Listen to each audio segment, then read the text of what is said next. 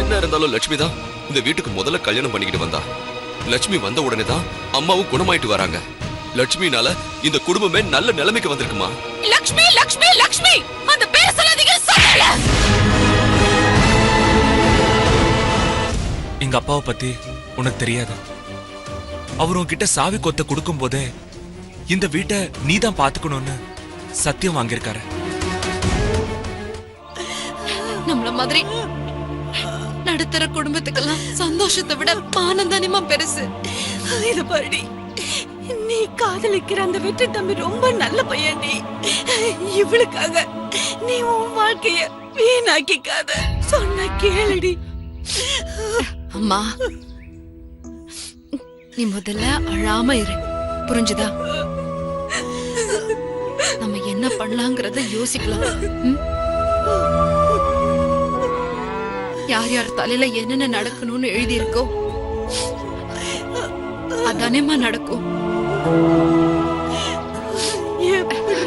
அழாத அழாத, நான் தான் சொல்றேன்ல, நான் பாத்துக்கிறேன். என்ன பண்ணலாம்னு யோசிக்கலாம். அழாதம்மா, கண்ணத்தோட. அவளை அடிக்காத, அவளை அடிக்காத. அம்மா, என்னடி? அழாதீங்கம்மா.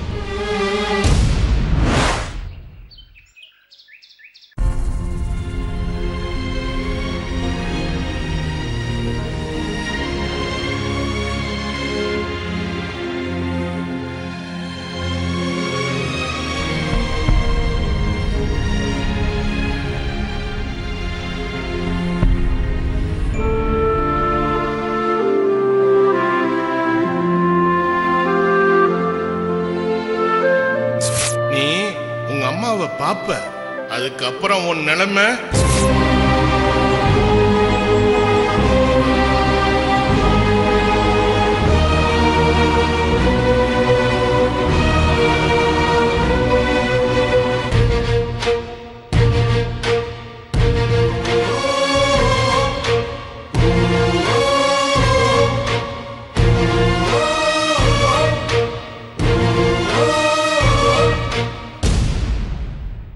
கடைசியா கதிர்கிட்ட பேசும்போது போன் பாதியிலேயே கட் ஆயிடுச்சு. மறுபடியும் இன்னைக்கு வரைக்கும் கதிர் போன் பண்ணவே இல்லை. அவன் வேற என்ன போன் பண்ண வேண்டாம்னு சொல்லியிருக்கான். இப்ப என்ன பண்ண? சரி, இந்த ஒரு தடவை மட்டும் போன் பண்ணி பார்ப்போம். அம்மாவை பத்தின விஷயங்கள் ஞாபகம் வந்துகிட்டே இருக்கு.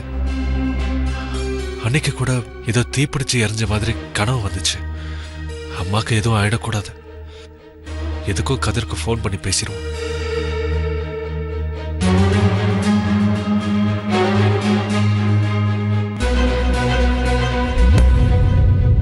This number is currently switched off. Please try again later.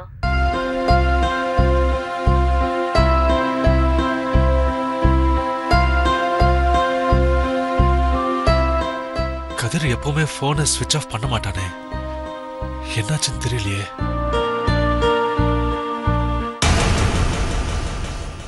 அம்மாக்கு எதுவும் ஆயிடக்கூடாது.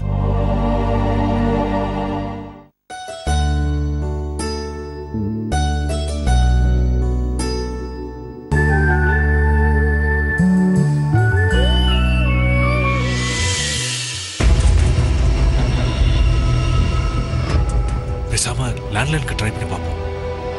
இந்த டைம்க்கு கதிர் கூட வீட்டில் தான் இருப்பான். அவன் ஃபோன் எடுத்தா நல்லா இருக்கும்.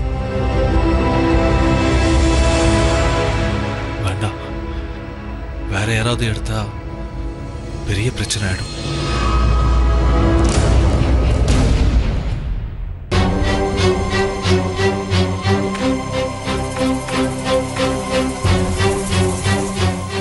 எங்க வீட்டுல வேற யாரும் எடுக்க கூடாது. கதிர் இல்ல அண்ணி எடுக்கணும்.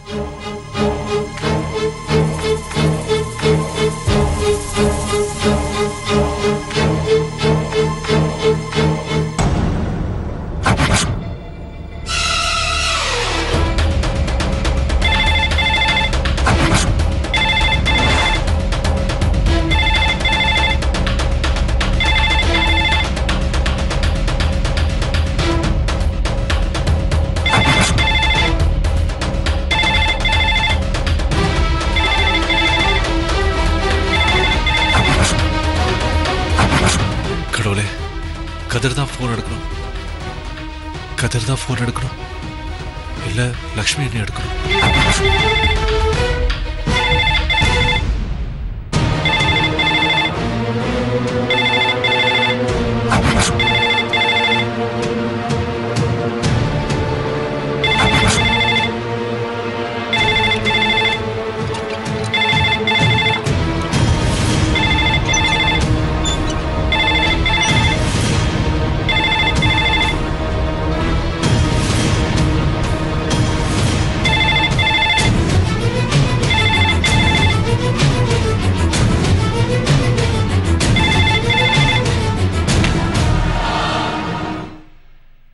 நான் நாட்டாம நாச்சிமுத்து பேசுறேனுங்க.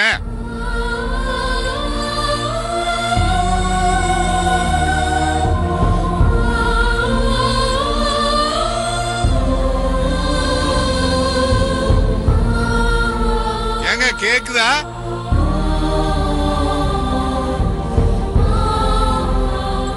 ஹலோ, நான் நாட்டாம நாச்சிமுத்து பேசுறேங்க. என்னங்க போன போட்டுட்டு கம்முன்னு இருக்கிறீங்க?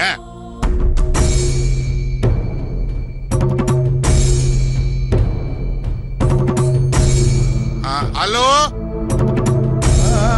ஹலோ, யோ போன போட்டா பேசி தொலையா. என்னையா அது? யார் மாமா போன்ல? யாருன்னு தெரியலமா, காலங்காத்தால நம்ம ஊசூர் எடுக்கிறானுங்க. ஹலோ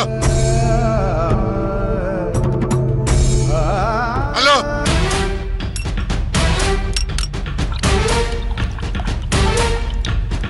ஹலோ, என்னங்க நீங்க இப்படி பண்றீங்க? பேசுங்க. நீ யாரு? பேசுமா. ஹலோ,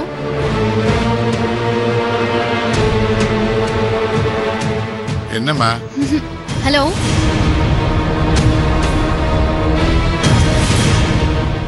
போன் கட் ஆயிடுச்சு மாமா. அடச்சே, ஏதாவது ராங் காலா இருக்கும். நான் வீட்டுக்கு அந்த மாதிரி போன்லாம் வராத. சரி, இந்த மாதிரி போன்ல நமக்கு வந்ததே இல்லையே.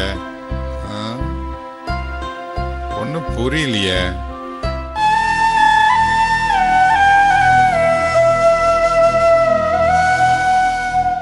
சாரிப்பா, இத்தனை வருஷம் கழிச்சு முதல்ல உங்க குரலை கேட்கிறேன்.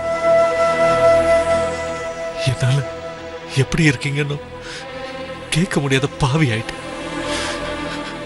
என் மேல எவ்வளவு பாசமா இருந்தீங்க. எல்லாத்தையும் ஒரே நாள்ல கெடுத்துட்டேனப்பா. என்ன மன்னிச்சிருங்கப்பா. சக்தி,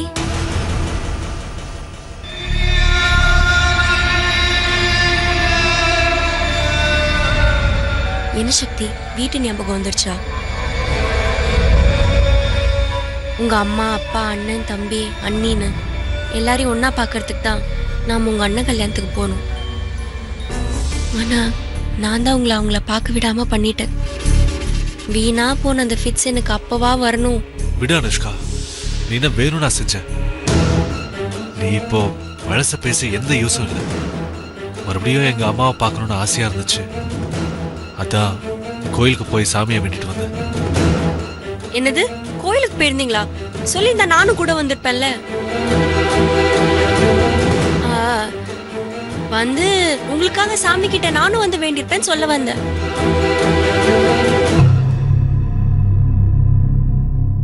நான் செஞ்ச தப்புக்கு நான் தானே பிராயச்சித்தம் பண்ணி ஆகணும். சாமி கிட்ட வேண்டிக்கிட்டு எலுமிச்சம்பழம் வாங்கிட்டு வந்தேன்.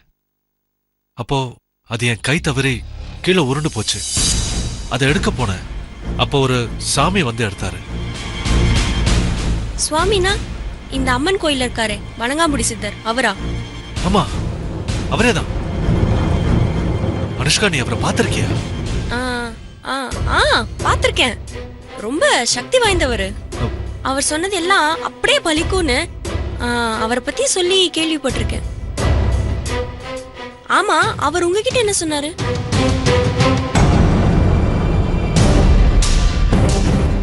சாமியார் பேரை கேட்டாலே இவ சகட்டு மேனிக்கு திட்டுவா.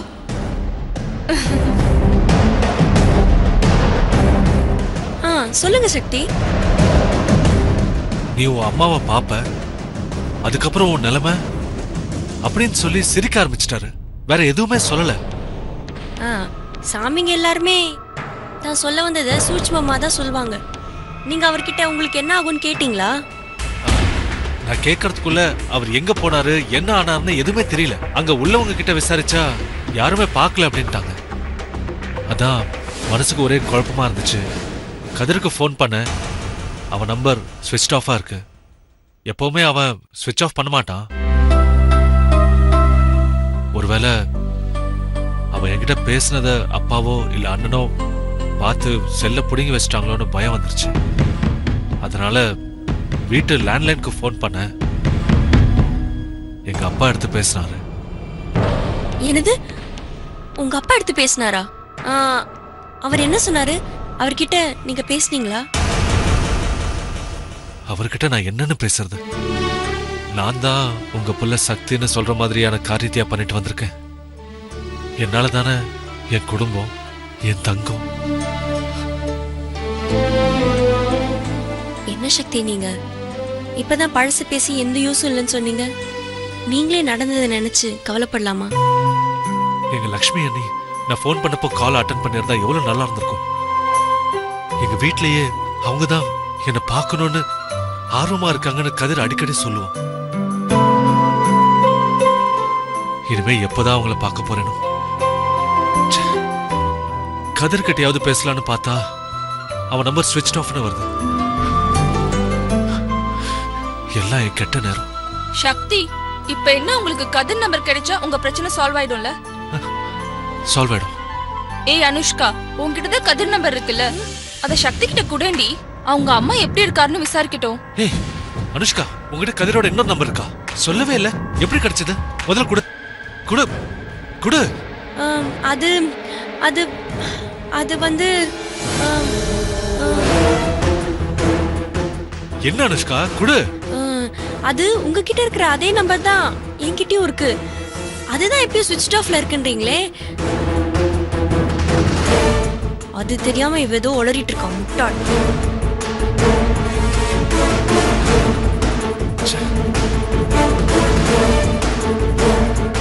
கதிரோட இன்னொரு நம்பர் இருக்குன்னதும் நான் எவ்வளவு சந்தோஷப்பட்டேன் தெரியுமா? இதே மாதிரிதான் நான் ஆசைப்பட்டது எல்லாமே கிட்ட வரும்போது எனக்கு கிடைக்காமலே போயிடுது. எல்லாம் என்னோட ராசி.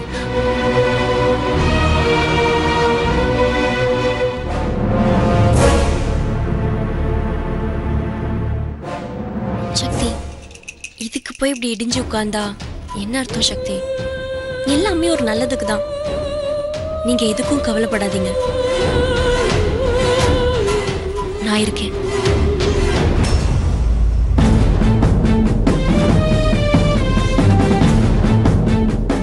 தைரியமா இருங்க சக்தி. நான் இருக்கேன்னு சொல்றேன்ல.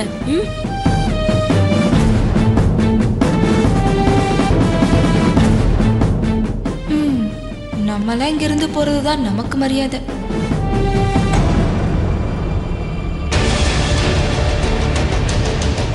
வா போலாம்.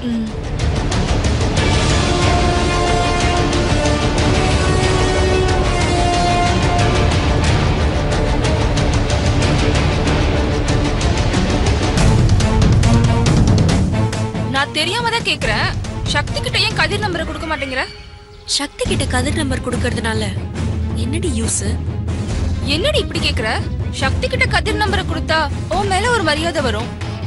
தனக்காக தான் தம்பி நம்பரை மெனக்கட்டு வாங்கி கொடுத்துருக்கேன்னு நினைப்பாரு. இங்கதான் நீ தப்பு பண்ற. இப்ப நான் சக்தி கிட்ட கதிர் நம்பர் கொடுக்கறேன்னு வச்சுக்கோ. அவரு கதிருக்கு ஃபோன் பண்ணி அம்மாக்கு எப்படி இருக்குன்னு விசாரிப்பாரு. உடனே கதிரும் அங்க எப்படி இருக்கோ அது சொல்வாரு. உடனே சக்தியும் தான் அம்மாவை பார்க்க ஊருக்கு கிளம்பி போயிடுவாரு. ஊருக்கு போய் அவங்க அம்மாவை பார்த்து அவன் குடும்பத்தோட ஒண்ணு சேர்ந்தா உனக்கு தானடி நல்லது. ஊருக்கு போய் அவங்க அம்மாவை மட்டும் பார்த்தா எனக்கு ஓகே. அதே ஊர்ல இருக்க லைப்ரரியனா ஒர்க் பண்ற நந்தினிய பார்த்தா முதலுக்கே மோசமாயிடாது. சரி, அதுக்காக கதிர் நம்பரை சக்தி கிட்ட கொடுக்காம இருக்க போறியா? கொடுப்பேன். அப்ப கொடுத்துரு. அந்த ஊர்ல இருக்க நந்தினிய விரட்டிட்டு அப்புறமா கொடுப்பேன். இங்க இருந்துகிட்டே அங்க இருக்கிற நந்தினியை உன்னால எப்படி விரட்ட முடியும்? அதுக்குதான் கதிர் இருக்கானே. இதனால ஒர்க்ல பிஸியா இருந்ததுனால லைப்ரரியனை பத்தி விசாரிக்க முடியலன்னு சொன்னான். ஆனா இனிமே தான் அண்ணன் கிட்ட பேசுற ஆசையில எப்படா சக்தி கிட்ட இருந்து போன் வரும்னு வெயிட் பண்ணிட்டு இருப்பான். நான் நம்பரை கொடுத்தாதானே சக்தி போன் பண்ணுவாரு. அண்ணன் கிட்ட இருந்து போன் வராத ஏக்கத்துல மறுபடியும் கதிர் எனக்கு தான் போன் பண்ணி பேசுவான். அப்படின்னா அங்க ஒர்க் பண்றது உண்மையாவே நந்தினி தானா இல்ல வேற யாராவதுன்னு கேட்டுட்டு தான் கதிர் நம்பரை கொடுப்பியா? ஆமா. இந்த விஷயம் சக்திக்கு தெரிஞ்சா உன் மேல சக்திக்கு வெறுப்பு அதிகமா தாண்டி ஆகும். விருப்பம் இருக்கிற இடத்துல தான் வெறுப்பும் இருக்கும். சக்திக்கு அப்படி என் மேல வெறுப்பு ஜாஸ்தி ஆச்சுன்னா அது எப்படி எனக்கு சாதகமா மாத்திக்கணும்னு எனக்கு தெரியும். வர வர வில்லன் நம்பியா ரேஞ்சுக்கு நீ பேசிட்டு இருக்க. ஏய், நம்பியார் சினிமால தான் வில்லன், நிஜத்துல ரொம்ப நல்லவர். நானும் அதே மாதிரி தான். இத்தனை வருஷமா உன் கூட பழகி உன்னால புரிஞ்சுக்கவே முடியல. ஆமா, பேசிக்கா நீ நல்லவளா இல்ல கெட்டவளா? என்ன பிடிச்சவங்களுக்கு நல்லவ, எனக்கு பிடிச்சவங்களுக்கு ரொம்ப நல்லவ. இதுதான் அனுஷ்கா.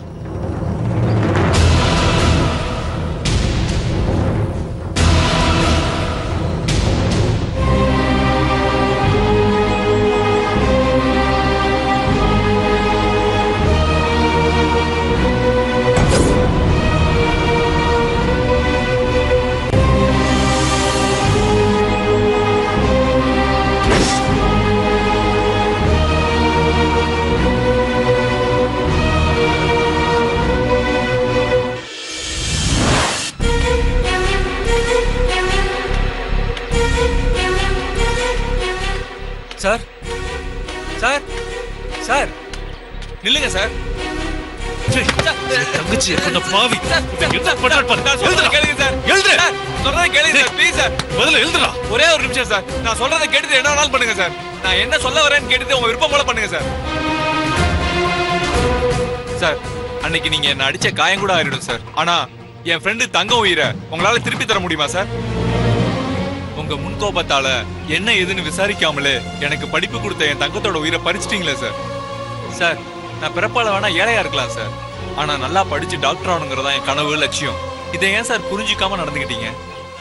இது தெரிஞ்சுதான் தங்கம் தெருவிளக்குல படிச்சுக்கிட்டு இருந்த என்ன உங்க வீட்டுக்கு கூட்டிட்டு வந்து படிக்க வச்சா சார். தன்னை அறியாமலேயே பணக்காரங்களை பார்த்து கும்பிட்டு வாழ்ந்தவங்க நாங்க. எப்ப நீங்க உங்க வீட்டுல வந்து என்ன படிக்க சொன்னீங்களோ உங்க வீட்டுல உள்ள எல்லாரையும் எங்க அப்பா அம்மாவுக்கு அப்புறமா உங்களை கும்பிட்டுட்டு தான் சார் என் வேலையை ஆரம்பிச்சேன். அப்படிப்பட்ட நான் எப்படி சார் உங்க குடும்பத்துக்கு துரோகம் பண்ணிட்டு உங்க தங்கச்சியை கூட்டிட்டு ஓடுவேன்? எனக்கு படிப்பு கொடுத்த தெய்வம் சார் தங்கம். அவளை நான் சொந்தமாக்கிக்க ஆசைப்படுவேனா? அப்புறம் ஏன்டா அன்னைக்கு ராத்திரி எங்க வீட்டுக்கு வந்த? நான் வரலன்னா தங்கம் தற்கொலை பண்ணிப்பேன்னு சொன்னா சார். உங்களுக்கே தெரியும் சார், சின்ன தப்பு பண்ணாலும் தங்கம் தனக்கே சூடு வச்சுப்பா. அப்படிப்பட்ட தங்கம் நான் வரலன்னதும் உணர்ச்சி வசப்பட்டு தற்கொலைங்கிற முட்டாள்தனமான முடிவு எடுத்துருவாளோன்னு நான் பயந்து தான் சார் வந்தேன். அது தெரியாம நீங்க கண்டபடி நடந்துக்கிட்டீங்களா சார்? தங்கமும் தான் சொன்னதை செஞ்சு காட்டி இப்ப நம்மளை விட்டே போயிட்டா சார். இனிமே என் மேல அக்கறை எடுத்துக்க எங்க அம்மா விட்டா வேற யார் சார் இருக்கா? வீணா உங்க சந்தேகத்தால என் ஃப்ரெண்டு தங்கத்தை நான் இழந்துட்டு நிக்கிறேனே சார். இனிமே தங்க வரமாட்டா சார். தங்க நம்மளை விட்டு போயிட்டா சார்.